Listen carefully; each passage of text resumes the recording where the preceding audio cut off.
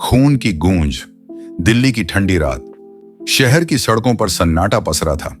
Connaught place के पास बने एक पॉश अपार्टमेंट की चौथी मंजिल पर अचानक चीखों की आवाज गूंजी।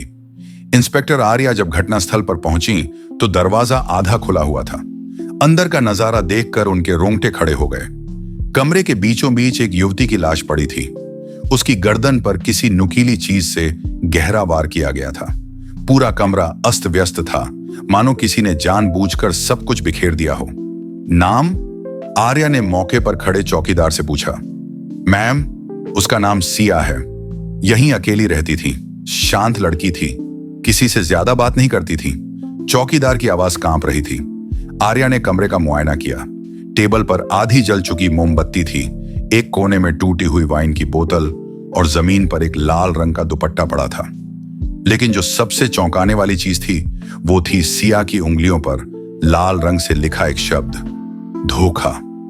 आर्या को समझ आ गया कि यह कोई साधारण हत्या नहीं थी। हत्यारा कोई ऐसा था जो सिया को अच्छी तरह जानता था। पहला शख्स सिया के फोन रिकॉर्ड खंगालने पर एक नाम बार बार सामने आ रहा था, विवान। विवान एक नामी कारोबारी था और सिया का एक्स बॉयफ्रेंड। दोनों का कुछ महीने पहले ही ब्रेकअप हुआ था। आर्या ने बिना देर किए विवान को थाने बुलाया। सिया से तुम्हारा रिश्ता कैसा था? हम एक दूसरे से प्यार करते थे, लेकिन उसने मुझे धोखा दिया। उसने किसी और को पसंद करना शुरू कर दिया था। मुझे उससे नफरत हो गई थी, लेकिन मैंने उसे मारा नहीं, विवान ने बेखौफ होकर कहा। आर्या को उसकी बातों में सच्चाई की कमी महसूस हुई। उसने विवान की हर हरकत पर नजर रखने का आदेश दिया। दूसरा सुराग सिया की सबसे करीबी दोस्त नेहा ने एक और राज खोला। सिया इन दिनों बहुत डरी हुई थी। उसे लगता था कि कोई उसका पीछा कर रहा है। उसने कहा था कि अगर उसे कुछ हो गया तो विवान को जरूर चेक करना। नेहा की बातों से मामला और उलझ गया। आर्या ने सिया की सोशल मीडिया प्रोफाइल खंगाली। वहां उसे एक अजीब बात दिखी। हत्या से 3 दिन पहले सिया ने एक पोस्ट डाली थी, कुछ रिश्ते मौत से भी ज्यादा खतरनाक होते हैं। इसका क्या मतलब हो सकता था? तीसरा राज जांच के दौरान सिया की कॉल डिटेल्स में एक और नाम सामने आया, राहुल। राहुल एक प्राइवेट इन्वेस्टिगेटर था जिसे सिया ने कुछ समय पहले हायर किया था। जब आर्या ने राहुल से पूछताछ की तो उसने जो बताया वो चौंकाने वाला था। सिया को शक था कि विवान उसे धोखा दे रहा है। उसने मुझसे कहा था कि मैं उसका पीछा करूं, लेकिन सिया ने अचानक केस बंद कर दिया। उसने कहा कि अब कोई मतलब नहीं। आर्या को अब यकीन हो गया कि खेल गहरा है। सच का सामना रात के 3 बजे आर्या को खबर मिली। विवान फ्लाइट से शहर छोड़ने की कोशिश कर रहा था। एयरपोर्ट पर विवान को रोक लिया गया। तुम भाग क्यों रहे थे? आर्या ने सख्ती से पूछा। कुछ सेकंड की चुप्पी के बाद विवान टूट गया। हाँ, मैंने सिया को मारा। विवान की आंखों में पछतावा नहीं था। उसने मुझे छोड़ा, मेरी जिंदगी बर्बाद कर दी। मैंने उसे सबक सिखाया। मैंने जानबूझकर सबूत छोड़े ताकि तुम मेरे पास पहुंचो। उसे मारकर भी मैं उसकी याद में जिंदा रहूंगा। आर्या ने उसे गिरफ्तार कर लिया, लेकिन एक सवाल अब भी उसके मन में गूंज रहा था। क्या सच में यह सिर्फ एक हत्या थी या किसी और खेल की शुरुआत? विवान की गिरफ्तारी के बाद केस भले ही खत्म होता दिख रहा था, लेकिन इंस्पेक्टर आर्या के दिल में अब भी कई सवाल थे। कुछ तो ऐसा था जो उनकी पकड़ में नहीं आ रहा था। कोई तो है जो अब भी छुपा हुआ है, उन्होंने खुद से कहा। नया मोड़ विवान को जेल में डालने के 2 दिन बाद अचानक आर्या के ऑफिस में एक गुमनाम लिफाफा आया। लिफाफे में सिर्फ एक चीज थी, सिया की एक पुरानी तस्वीर जिसके पीछे लाल स्याही से लिखा था, सच अब भी जिंदा है। आर्या को महसूस हुआ कि मामला अभी खत्म नहीं हुआ है। उन्होंने दोबारा केस की फाइल खोली और सिया की जिंदगी के हर पहलू को बारीकी से खंगालने लगी। एक नाम जो बार बार उनकी नजरों के सामने आ रहा था, नेहा। नेहा की सच्चाई। नेहा जो सिया की सबसे करीबी दोस्त थी, हमेशा खुद को मासूम दिखा रही थी, लेकिन आर्या को उसकी बातों में अब शक होने लगा था। आर्या ने नेहा का बैकग्राउंड चेक करना शुरू किया। पता चला कि सिया और नेहा एक ही कॉलेज में पढ़ती थीं, लेकिन एक बात चौंकाने वाली थी। कॉलेज के दिनों में नेहा का विवान के साथ गहरा रिश्ता था। तो क्या यह सिर्फ प्यार और बदले की कहानी है? आर्या ने सोचा। आर्या ने नेहा को थाने बुलाया। तुम सिया से इतनी नफरत क्यों करती थी? नेहा का चेहरा एकदम पीला पड़ गया। नफरत? नहीं मैम, मैं तो उसे अपनी बहन मानती थी। झूठ मत बोलो, हमें सब पता है। नेहा का झूठ अब ज्यादा देर तक नहीं टिक सका। उसने जो सच बताया उसने पूरी कहानी बदल दी। मास्टरमाइंड कौन?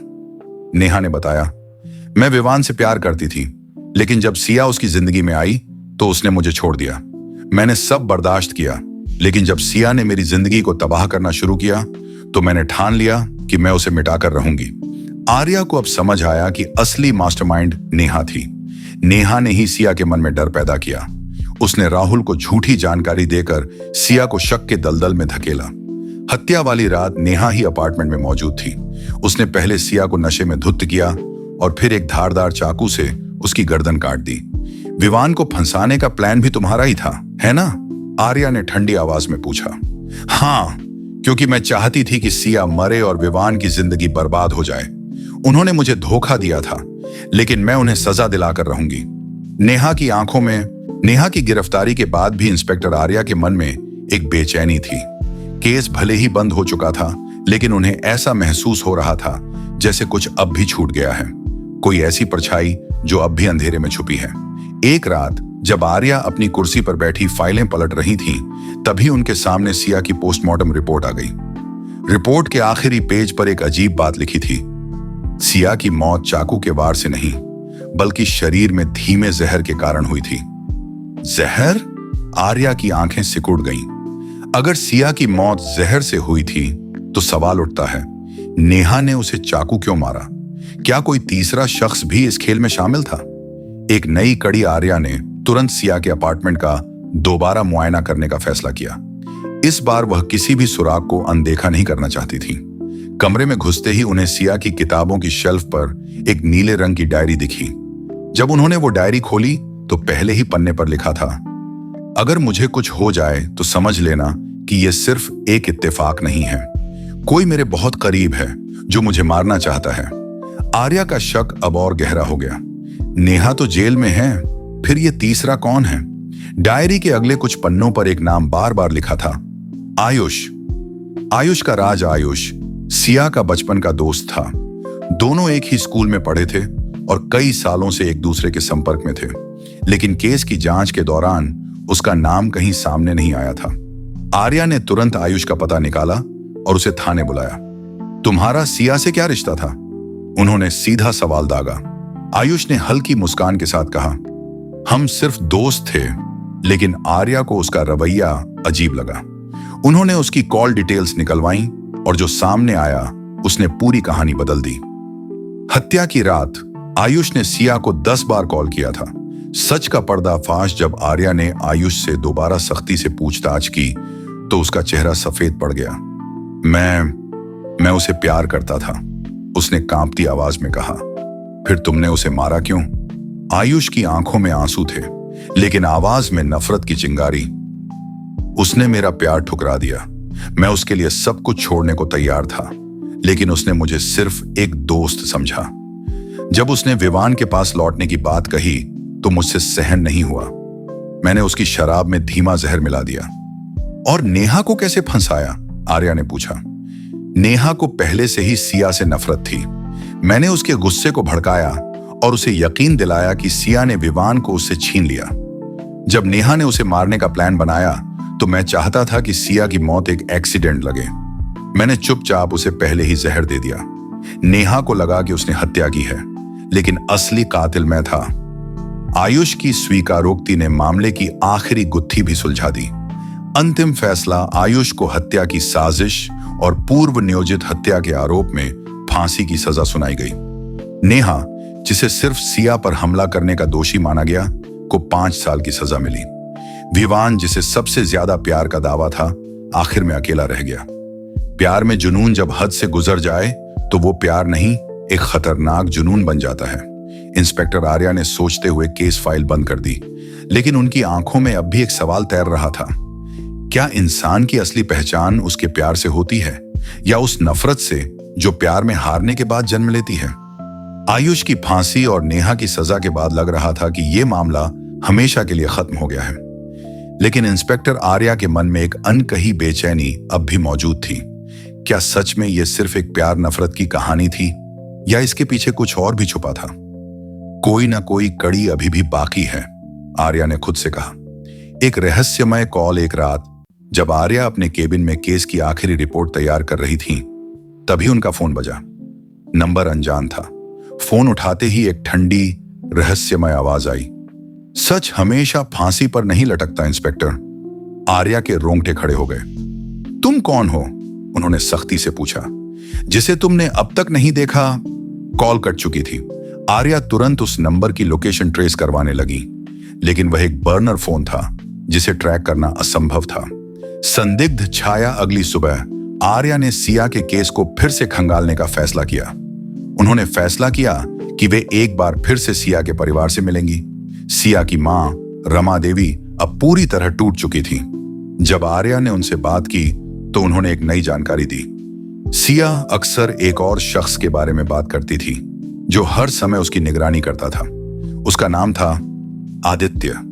आदित्य? आर्या ने चौंक कर पूछा। यह नाम अभी तक जांच में सामने नहीं आया था। आदित्य कौन था? आर्या ने आदित्य की जानकारी निकाली। वह एक साइबर सिक्योरिटी एक्सपर्ट था जो एक बड़ी मल्टीनेशनल कंपनी में काम करता था। सिया से उसकी मुलाकात एक हैकिंग कॉन्फ्रेंस में हुई थी। आर्या को उसकी गतिविधियां संदिग्ध लगीं। उन्होंने आदित्य का फोन और बैंक डिटेल्स खंगाले। जो मिला उसने पूरे मामले को फिर से हिला दिया। हत्या से एक हफ्ते पहले आदित्य ने एक बड़े केमिकल डीलर से संपर्क किया था जो जहर बेचता था। तो क्या असली मास्टरमाइंड आदित्य है? टकराव की रात आर्या ने आदित्य को ट्रैक किया। वो शहर के बाहरी इलाके में एक पुराने गोदाम में छुपा हुआ था।